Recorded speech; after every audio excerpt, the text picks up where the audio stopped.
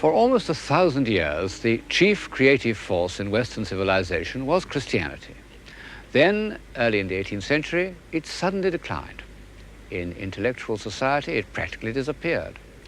Of course, it left a vacuum. People couldn't get on without a belief in something outside themselves. And during the next 100 years, they concocted a new belief, which, however irrational it may seem to us, has added a good deal to our civilization. A belief in the divinity of nature.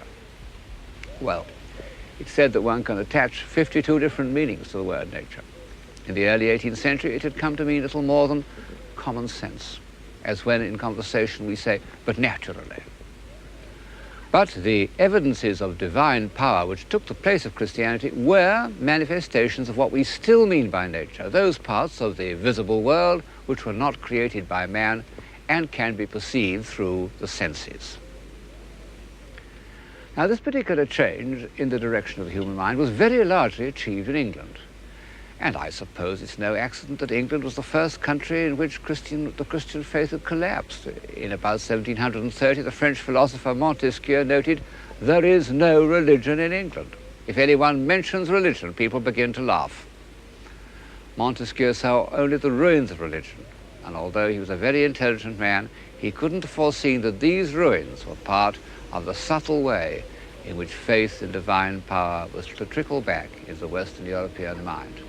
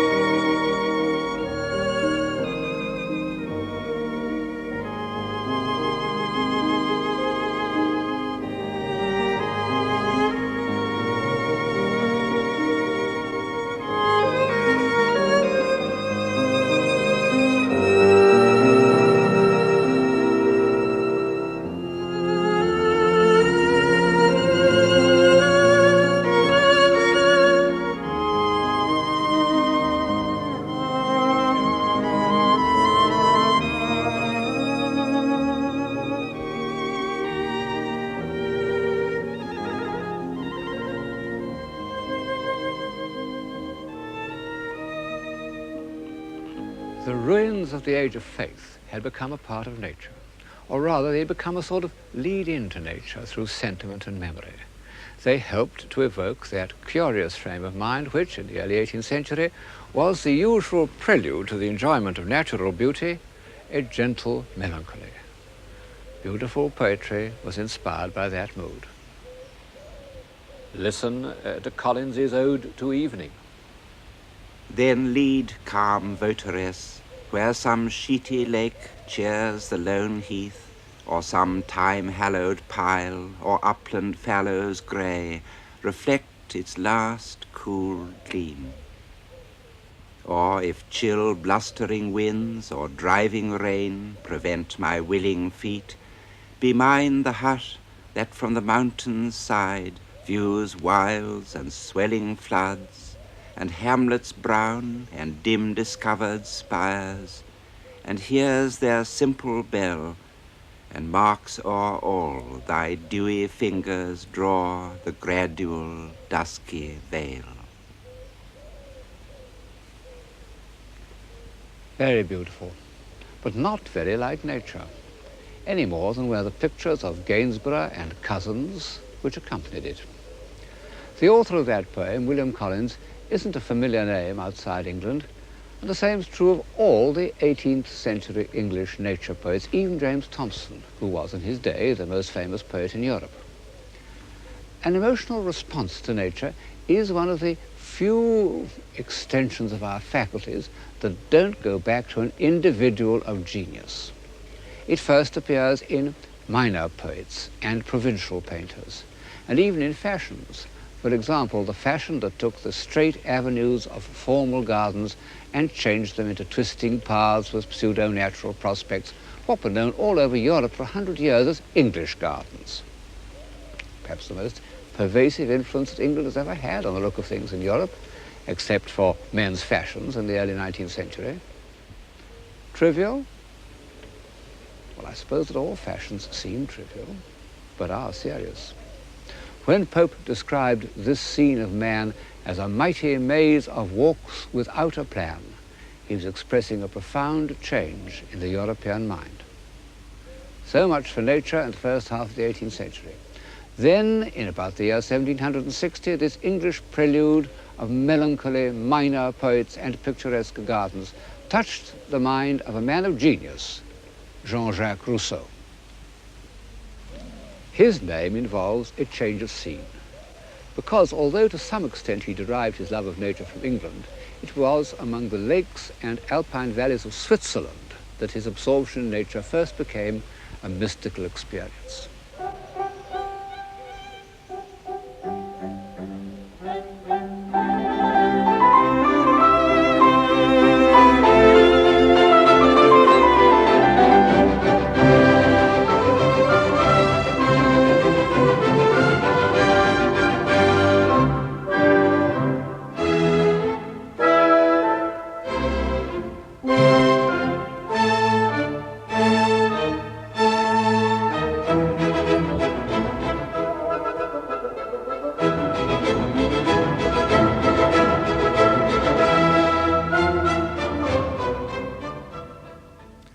For over 2,000 years, mountains had been considered simply a nuisance, unproductive, obstacle to communication, the refuge of bandits and heretics. It's true that in about 1340, the poet Petrarch had climbed one and enjoyed the view at the top, and then been put to shame by a passage from St. Augustine. And at the beginning of the 16th century, Leonardo da Vinci had wandered about in the Alps, ostensibly to study botany and geology, but his landscape background showed that he was moved by what he saw.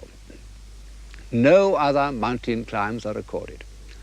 And to Erasmus, Montaigne, Descartes, Newton, practically any of the great civilizers I have mentioned in these programs, the thought of climbing a mountain for pleasure would have seemed ridiculous. Perhaps I should add that this is not altogether true of the painters. For example, Peter Bruegel, on his way from Antwerp to Rome in 1552, made drawings of the Alps, which show something more than a topographical interest, and were later used in his paintings. However, the fact remains that when an ordinary traveller of the 16th and 17th centuries crossed the Alps, it never occurred to him to admire the scenery, until the year 1739, when the poet Thomas Gray, visiting the Grand Chartreuse, wrote in a letter, "Not a precipice, not a torrent, not a cliff, but is pregnant with religion and poetry." Amazing. Might have been written by Ruskin.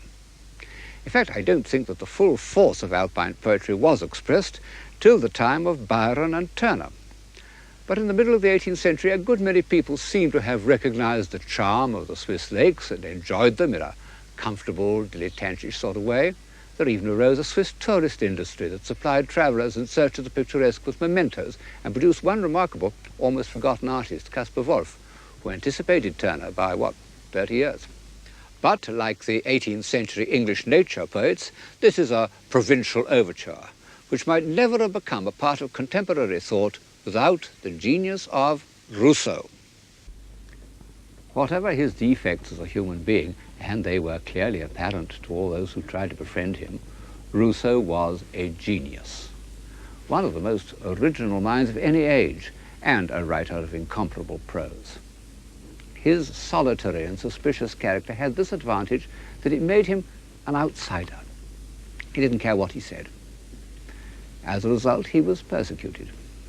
For half his life, he was hounded out of one country after another. In 1765, he seemed safely established in a small principality, Moutier, but the local parson stirred up the people against him, and they stoned him. They broke his windows. He took refuge on this island in the Lake of Bienne. And there he had an experience so intense that one could almost say it caused a revolution in human feeling. In listening to the flux and reflux of these waves, he tells us, he became completely at one with nature. He lost all consciousness of an independent self, all painful memories of the past or anxieties about the future, everything except the sense of being.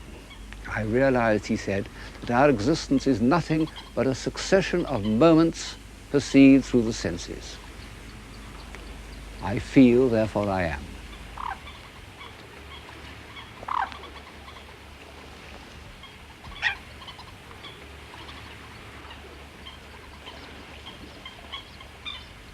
A curious discovery to have been made in the middle of the Age of Reason, but a few years earlier the Scottish philosopher Hume had reached the same conclusion by logical means. It was an intellectual time bomb which, after sizzling away for almost 200 years, has only just gone off. Whether to the advantage of civilization now seems rather doubtful. It had a certain effect in the 18th century and became part of the new cult of sensibility. But no one seems to have realized how far abandonment to sensation might take us, or what a questionable divinity nature might prove to be. No one except the Marquis de Sade, who saw through the new god or goddess from the start. Nature averse to crime, he said. I tell you that nature lives and breathes by it, hungers at all her pores for bloodshed, yearns with all her heart for the furtherance of cruelty. Well, the Marquis was what used to be called a rank outsider, and his unfavourable view of nature is hardly mentioned in the 18th century. On the contrary, Rousseau's belief in the beauty and innocence of nature was extended from plants and trees and so forth to man. He believed that natural man was virtuous. It was partly a survival of the old myth of the Golden Age, partly a feeling of shame at the corruption of European society. But Rousseau gave it a theoretical basis in a work entitled A Discourse on the Origin of Inequality Among Men. He sent a copy to Voltaire, who replied in a letter which is a famous example of Voltairean wit. No one, he said, has ever used so much intelligence to persuade us to be stupid. After reading your book, one feels one ought to walk on all fours. Unfortunately, during the last 60 years, I have lost the habit. It was a dialectical triumph, but no more, because belief in the superiority of natural man became one of the motive powers of the next half-century. And less than 20 years after Rousseau had propounded his theory, it seemed to have been confirmed by fact. The French explorer Bougainville discovered Tahiti, and 2 years later, Captain Cook stayed there for 4 months in order to observe the transit of Venus. Well, Bougainville was a student of Rousseau, and it isn't surprising that he should have found in the Tahitians all the qualities of the noble savage. But Captain Cook was a hard-headed Yorkshireman, and even he couldn't help comparing the happy and harmonious life that he had discovered in Tahiti with the squalor and brutality of Europe. And soon, the brightest wits of Paris and London were beginning to ask whether the word civilization was not more appropriate to the uncorrupted islanders of the South Seas than to the exceptionally corrupt society of 18th century Europe. You may remember that some such idea was put to Dr. Johnson by a gentleman who expatiated to him on the happiness of savage life. Do not allow yourself to be imposed on by such gross absurdity, said Dr. Johnson. It is sad stuff. If a bull could speak, he might as well exclaim, "Here am I with this cow and this grass. What being can enjoy greater felicity?" Well, without going as far as Dr. Johnson, who had momentarily forgotten the attribute of soul, the student of European civilization may observe that Polynesia produced no Dante, Michelangelo, Shakespeare, Newton, Goethe, what have you. And although we may all agree that the impact of European civilization on places like Tahiti was disastrous, we must also allow that the very fragility of those Arcadian societies, the speed and completeness with which they collapsed on the peaceful appearance of a few British sailors, followed by a handful of missionaries, shows that they were not civilizations in the sense of that word which I have been using. Although the worship of nature had its dangers, the prophets of the new religion were earnest and even pious men whose whole aim was to prove that their goddess was respectable and even moral. And they achieved this by the curious intellectual feat of approximating nature and truth. Far the greatest man to apply his mind to this feat was the poet Goethe. The word nature appears throughout his writings on almost every page of his theoretical and critical writings, and is claimed as the ultimate sanction for all his judgments. It's true that Goethe's nature is slightly different from Rousseau's nature. He meant by it not how things seem, but how things work if they are not interfered with. He saw all living things, and he was a distinguished botanist who made his own drawings of the plants he observed. He saw everything as striving for fuller development through an infinitely long process of adaptation. I might almost say that he believed in the gradual civilization of plants and animals. It was the point of view that was later to lead to Darwin and the theory of evolution. But this analytic and philosophic approach to nature had less immediate effect on people's minds than the purely inspirational approach of the English Romantic poets Coleridge and Wordsworth. Difficult to illustrate this rather Germanic state of mind by an English picture. The ones before you are by the great German landscape painter Caspar David Friedrich. Coleridge looked at nature in the high mystical manner. This is how he addressed the Swiss mountains in his Hymn Before Sunrise, the Vale of Chamonix. O dread and silent mount, I gazed upon thee till thou, still present to the bodily sense, didst vanish from my thought. Entranced in prayer, I worshipped the invisible alone.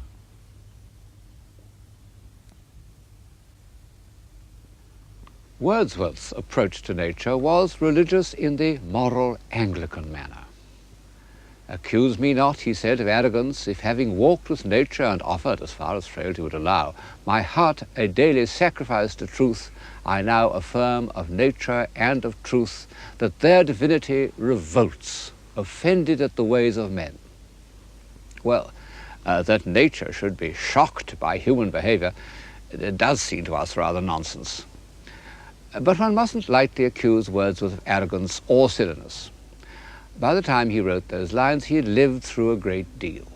As a young man, he went to France, lived with a spirited French girl, and had a daughter, and became involved with the French Revolution, an ardent Girondist. But for a chance, he might easily have had his head chopped off in the September massacres. He returned to England, disgusted with the political aspect of the revolution, but not the less attached to its ideals. And he set out to describe in verse the truth about the hardships of poor people, as they had never been described before. He wrote poems without a glimmer of comfort or hope. He walked for miles alone on Salisbury Plain and in Wales, talking only to tramps and beggars and discharged prisoners. He was utterly crushed by man's inhumanity to man. And finally, he came to Tintern. The abbey is in the valley behind me there. Of course, he'd always been observant of natural beauty. His earliest poems show us that. But in August 1793, like Rousseau on the Isle of Saint-Pierre, he recognized that only total absorption in nature could heal and restore his spirit. He returned to Tintern 5 years later and recaptured some of those first feelings. Though changed, no doubt, from what I was when first I came among these hills, when like a roe I bounded o'er the mountains, by the sides of the deep rivers and the lonely streams, wherever nature led, more like a man flying from something that he dreads than one who sought the thing he loved. For nature then to me was all in all. I cannot paint what then I was. The sounding cataract haunted me like a passion. The tall rock, the mountain, and the deep and gloomy wood, their colors and their forms, were then to me an appetite, a feeling and a love that had no need of a remoter charm by thought supplied, or any interest unborrowed from the eye.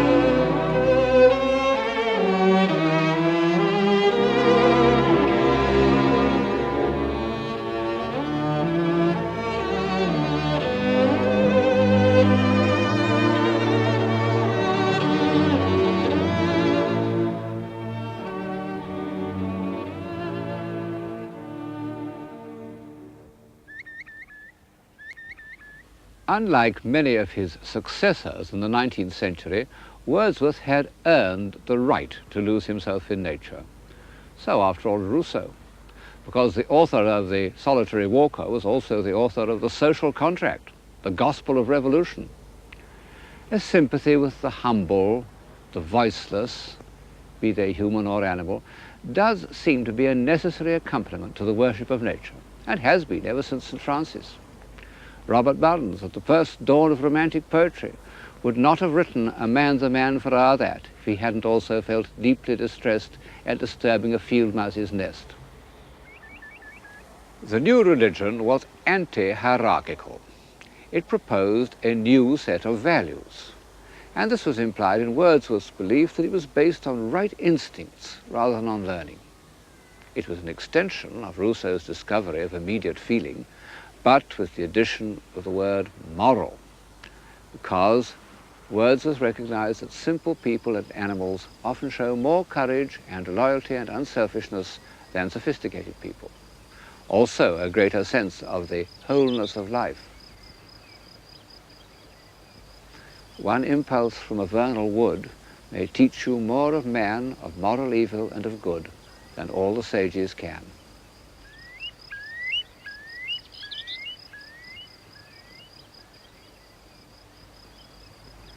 What was it that made Wordsworth turn from man to nature?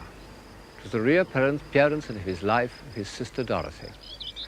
They first set up house together in Somerset, then, driven by a strong instinct, they returned to their native country and settled in this cottage at Grasmere.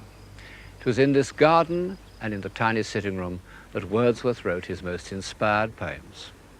The journal which Dorothy kept in these years shows how often his poems originated in one of her vivid experiences, and Wordsworth knew it. She gave me eyes, she gave me ears, and humble cares and delicate fears. In the new religion of nature, this shy, unassuming woman was the saint and prophetess.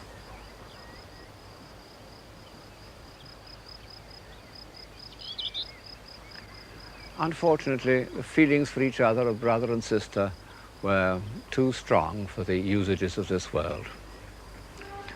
Thou, my dearest friend, my dear, dear friend, and in thy voice I catch the language of my former heart, and read my former pleasures in the shooting lights of thy wild eyes. Oh, yet a little while may I behold in thee what I was once, my dear, dear sister, and this prayer I make, knowing that nature never did betray the heart that loved her. The burning heat of romantic egotism. Both Byron and Wordsworth fell deeply in love with their sisters. The inevitable prohibition was a disaster for both of them, and Wordsworth suffered most because although Byron became restless and cynical, he did write Don Juan, whereas Wordsworth, after the heartbreaking renunciation of Dorothy, gradually lost inspiration and, although quite happily married to an old school friend, wrote less and less poetry that one can read without an effort. And Dorothy became simple-minded.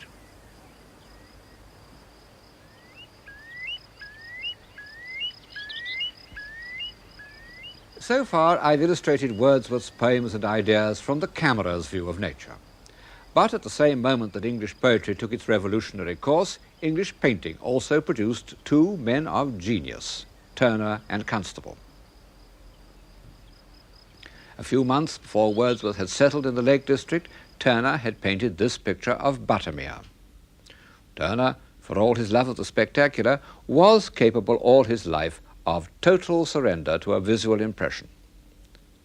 What could be more Wordsworthian than the humble passivity with which he's immersed himself in this quite ordinary scene? However, Wordsworth's real kinship was not with Turner but with Constable. They both were countrymen with strong appetites rigidly controlled. They both grasped nature with the same physical passion. I have seen him, said Constable's biographer, admire a fine tree with an ecstasy like that with which he would catch up a beautiful child in his arms. Constable never had the least doubt that nature meant the visible world of tree, flower, river, field and sky, exactly as they presented themselves to the senses. And he seems to have arrived intuitively at Wordsworth's belief that by dwelling with absolute truth on natural objects, he would reveal something of the moral grandeur of the universe. Only by concentrating on the shining, variable surface of appearance would he discover that motion and the spirit that impels all thinking things, all objects of all thoughts, and rolls through all things. Then both Wordsworth and Constable loved their own places, and never tired of those things which had entered their imaginations as children. Constable said, "The sound of water escaping from mill dams, old rotten planks, shiny posts and brickwork, these scenes made me a painter, and I am grateful." We've got so used to this approach to painting that it is difficult for us to see how strange it was, at a time when all serious artists aspire to go to Rome, for anyone to love shiny posts and rotten planks more than heroes in armour. Constable hated grandeur and pomposity, and like Wordsworth, his cult of simplicity sometimes seems to me to go too far. This cottage in a cornfield perhaps isn't quite interesting enough. A constable like this is the forerunner of a quantity of commonplace painting, just as Wordsworth's poems on small celandines and so forth anticipated a quantity of bad poetry. It was rejected from the Academy when it was painted. "Take away that nasty green thing," they said. But for 100 years it would have been one of his works most likely to be accepted. When Constable really trusted his emotions, his rustic subjects do achieve that quality by which, as Wordsworth said, the passions of men are incorporated with the beautiful and permanent forms of nature. In such a picture as The Leaping Horse, the classically simple structure of the lock, the weight of water, the movement of the barges, they're all expressive of man's dignity and determination, just as the sky and agitated trees are expressive of his emotional struggles.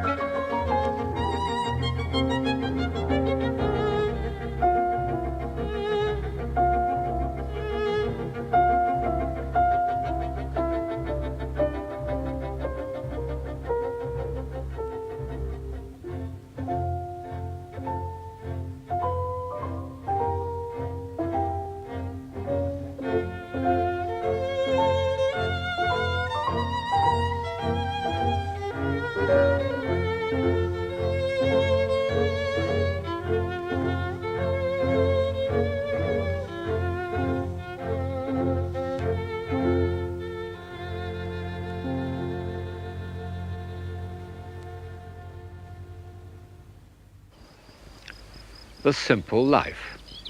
It was a necessary part of the new religion of nature, and one in strong contrast to earlier aspirations. Civilization, which for so long had been dependent on great monasteries or palaces or well-furnished salons, could now emanate from a cottage. Even Goethe at the court of Weimar preferred to live in a small and simple garden house.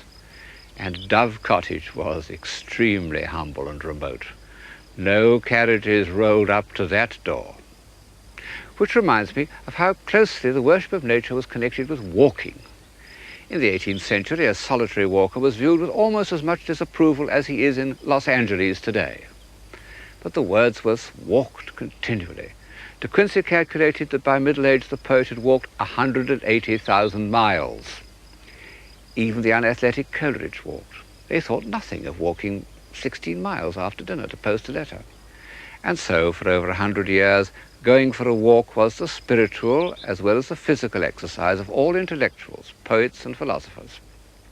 I'm told that in universities the afternoon walk is no longer part of the intellectual life. but for a quantity of people, walking is still one of the chief escapes from the pressures of the material world. And the countryside where Wordsworth walked in solitude is now crowded with pilgrims as lured or benares. The resemblances of Wordsworth to Constable, which seem so obvious to us, didn't occur to their contemporaries, partly, I suppose, because Constable was hardly known till 1825, by which time, alas, Wordsworth had become a priggish old bore, and partly because Constable painted flat country, whereas Wordsworth, and indeed the whole cult of nature, was associated with mountains. This, combined with Constable's lack of finish, was what led Ruskin to underrate him, while devoting a good part of his life to the praise of Turner.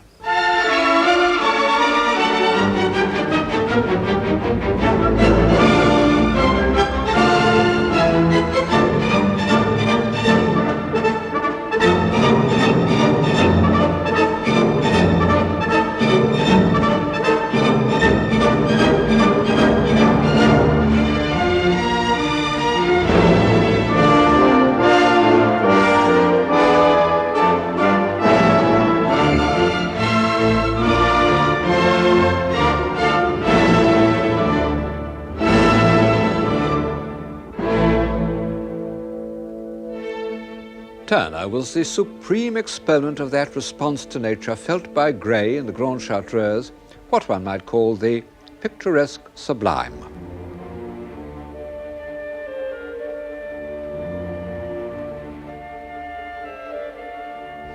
I suppose that the new religion required assertions of power and sublimity more obvious than those provided by daisies and celandines. But don't think that I am trying to belittle Turner. He was a genius of the first order, far the greatest painter that England has ever produced. And although he was prepared to work in the fashionable style with plentiful exaggerations, he never lost his intuitive understanding of nature. No one has ever known more about natural appearances, and he was able to fit into this encyclopedic knowledge memories of the most fleeting effects of light, sunrises, passing storms, dissolving mists, none of which had ever been set on canvas before. For 30 years, these brilliant gifts were exploited in a series of pictures which dazzled his contemporaries, but are perhaps too artificial for modern taste. All the time, Turner was perfecting, for his own private satisfaction, an entirely new approach to painting, which really was only recognized in our own day. It consisted of transforming everything into pure color.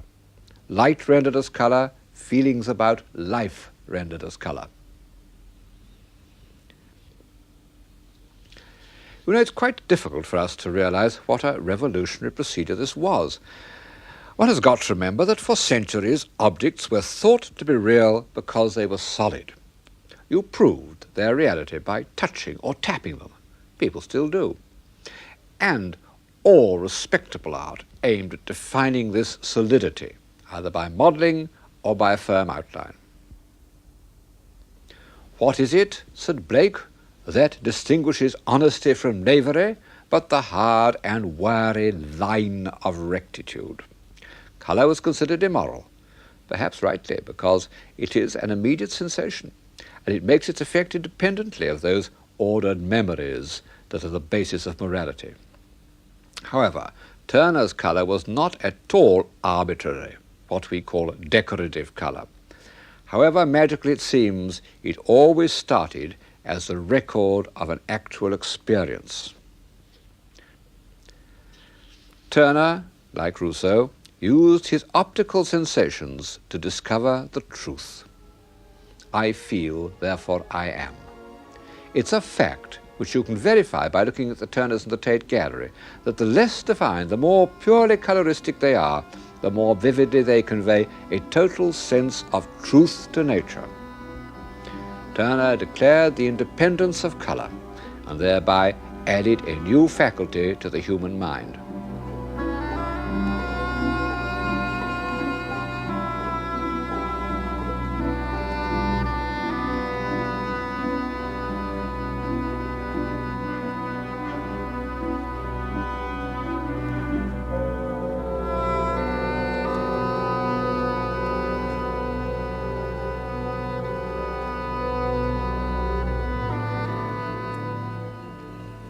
I don't suppose that Turner was conscious of his relationship with Rousseau, but the other great prophet of nature, Goethe, meant a lot to him.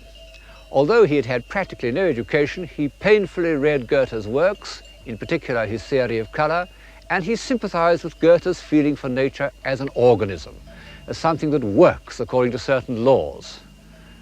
This, of course, was one of the things about Turner that delighted Ruskin, so that his enormous defence of the artist, which he called by the wholly misleading title of Modern Painters, became an encyclopedia of natural observation.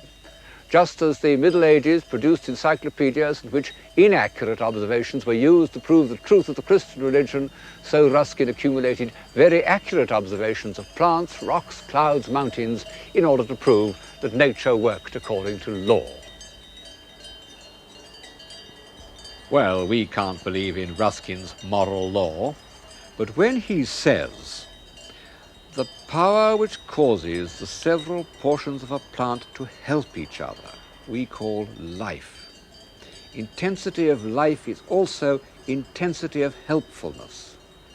The ceasing of this help is what we call corruption."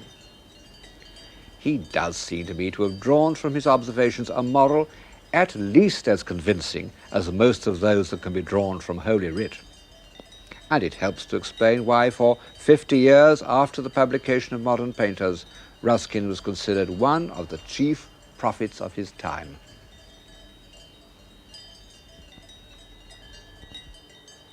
All these aspects of the new religion of nature meet and mingle where the old religions had also focused their aspirations, the sky. Only instead of the influential movements of the planets or the vision of the celestial city, the nature worshippers concentrated on the clouds. But clouds are very difficult to deal with intellectually. They're proverbially lawless. Even Ruskin gave up the attempt in despair. So for the time being, this sky appealed less to the analytically minded than to those worshippers of nature who abandoned themselves to Rousseau's sensuous reverie.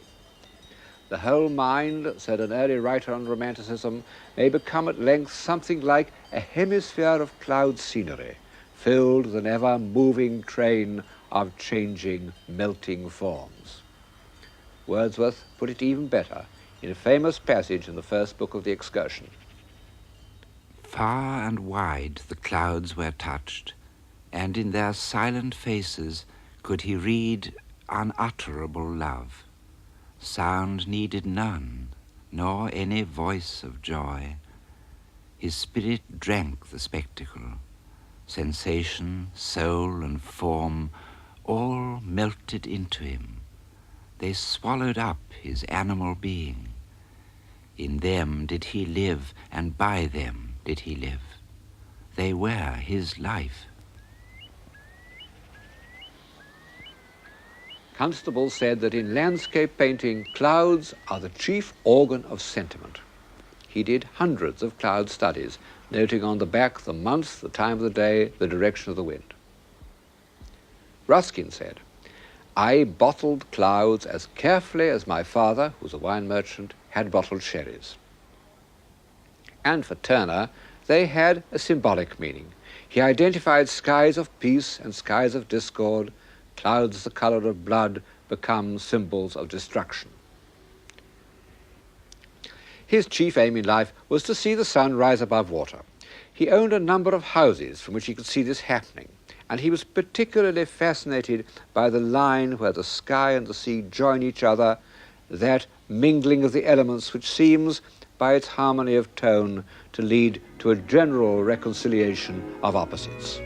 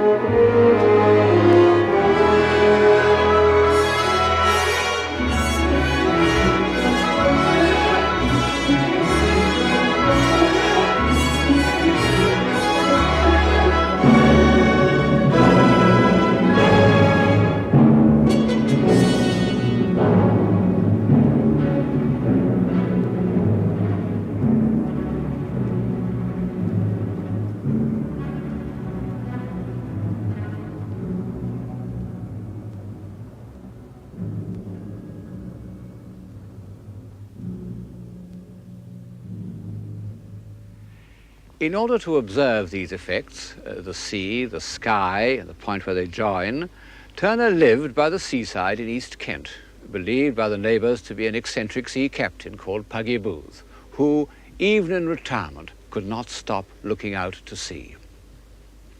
A dialogue between the sea and the sky. Well, it's no accident that the accompaniment of those Turner sea pieces was Debussy's La Mer, written, 80 years later. Turner was the first great artist to paint absolutely outside his own time. Pictures like this have no relation to anything that was being done in Europe or was to be done for almost a century. In 1840, they must have looked as incomprehensible as the works of Jackson Pollock a century later. The enraptured vision that first induced Rousseau to live in the world of sensation had one more triumph in the 19th century. Curiously enough, it also came from looking at ripples, the sun sparkling on water, or the quavering reflections of masts. And it took place in 1869 when Monet and Renoir used to meet at a riverside cafe called La Grenouillère. Before that meeting, they'd both followed the ordinary naturalist style. But when they came to those ripples and reflections, patient naturalism was defeated. All one could do was to give an impression. An impression of what? Of light, because that's all we see. It was a long time since the philosopher Hume had come to the same conclusion. And at that time, the Impressionists had no idea that they were following up a philosophical theory. But the fact remains that Monet's words, light is the principal person in the picture, gave a kind of philosophic unity to their work, so that the great years of Impressionism have added something to our human faculties, as well as delighting our eyes. Our awareness of light has become part of that general awareness, so marvelously described in the novels of Proust, which seemed, when we first read them, almost to give us a new sense. When one thinks of how many beautiful Impressionist pictures there are in the world, and what a difference they've made to our way of seeing, it is surprising how short a time the movement, as a movement, lasted. We know the periods in which men can work together happily, inspired by a single aim, last only a short time. It's one of the tragedies of civilization. After 20 years, the Impressionist movement had split up. One party thought that light should be rendered scientifically in touches of primary color, as if it had passed through a spectrum. And this theory inspired a very distinguished painter, Seurat. But it was too remote from the first spontaneous delight in nature, upon which, in the end, all landscape painting must depend. Monet, the original unswerving Impressionist, when he found that straightforward naturalism was exhausted, attempted a kind of color symbolism to express changing effects of light.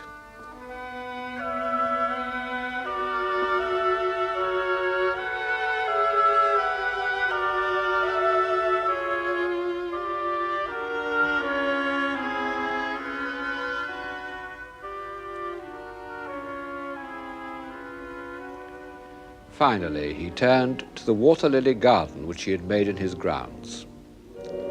The enraptured contemplation of the clouds reflected in its surface was the subject of his last great masterpiece. He conceived it in one continuous form, like a symphonic poem. It takes its point of departure from experience, but the stream of sensation becomes a stream of consciousness. But how does the consciousness become paint? That is the miracle. By a knowledge of each effect so complete that it becomes instinctive, and every movement of the brush is not only a record, but a self-revealing gesture.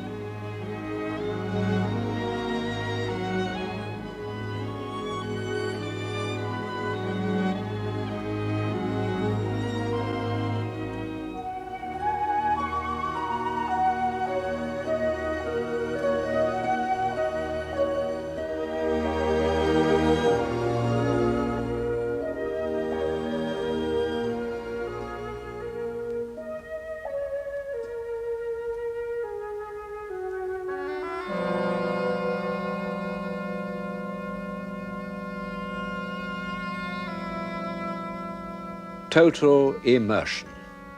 This is the ultimate reason why the love of nature has been for so long accepted as a religion. It is a means by which we can lose our identity in the whole and gain thereby a more intense consciousness of being. I feel, therefore I am.